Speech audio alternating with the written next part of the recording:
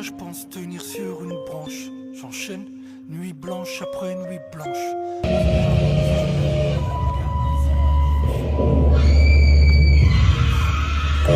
Mensonge impuissant face à l'une des plus grandes injustices des siècles. Ouais, le mal est tenace, mais comment je pourrais m'imaginer 2 secondes à leur place? Alors imagine les faire sous occupation. Imagine qu'on vient, qu'on vole tes terres, puis ta maison. Une violence qui culmine de voir sous tes yeux, ouais, ton frère, ta fille, ta mère qu'on assassine. Imagine l'abîme, comble de l'obscénité. En plus de tout savoir, le bourreau se poser en victime, envie d'arracher l'impuissance de ses artères. Mais cette impuissance ne doit jamais nous faire taire. Malgré la douleur, dans les pires moments de l'histoire, le silence a toujours été du caviar pour l'oppresseur. Tenir en gueulant, le peuple palestinien lutte pour ce à quoi chaque peuple aspire depuis la nuit des temps. Ni oubli, ni pardon, tout au long de l'histoire, on a mémoire, on sait ce qu'ont valu les colons. Leurs valeurs mortifères, leur cortège de misère, ils t'humilient, te traitent d'animaux dans ta propre terre. La nuit ne tombe plus doucement comme ici, elle s'abat brutalement.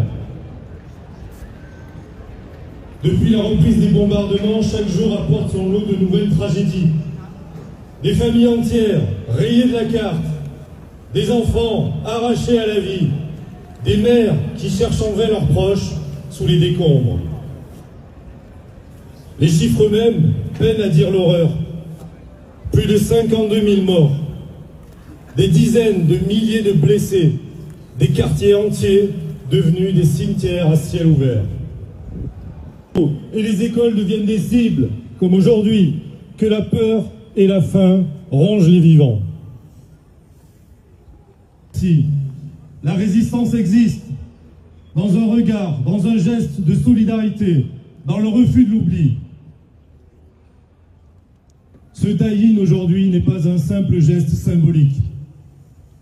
C'est un cri silencieux, un appel à ne pas détourner le regard, à ne pas s'habituer à l'horreur.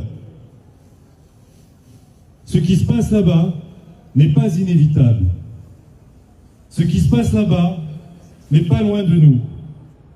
Ce qui se passe là-bas nous concerne ici et maintenant.